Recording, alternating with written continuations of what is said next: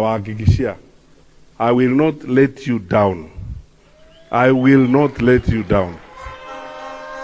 And you will not be, you will not regret making this decision. By the grace of God, kwa majaliwa ya Mwenyezi Mungu, I promise you, I will step up to the responsibility.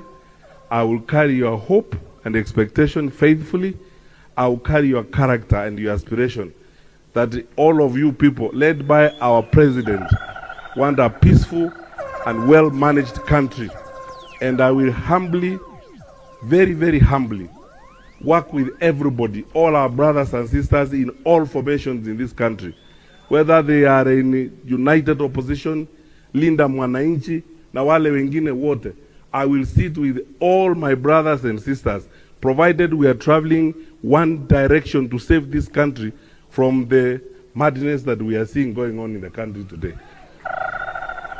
Tuombe Mwenyezi Mungu aendelee kutulinda tukiwa katika safari hiyo, na mimi nina hakika what will happen, Reverend Ndewa, as you prayed here, what will happen in this country ni yale Mungu mwenyewe atatuongoza tutende, na tukijinyenyekea mbele ya Mwenyezi Mungu, His good will be done, and we will get to the destination we are seeking to go by the grace of God.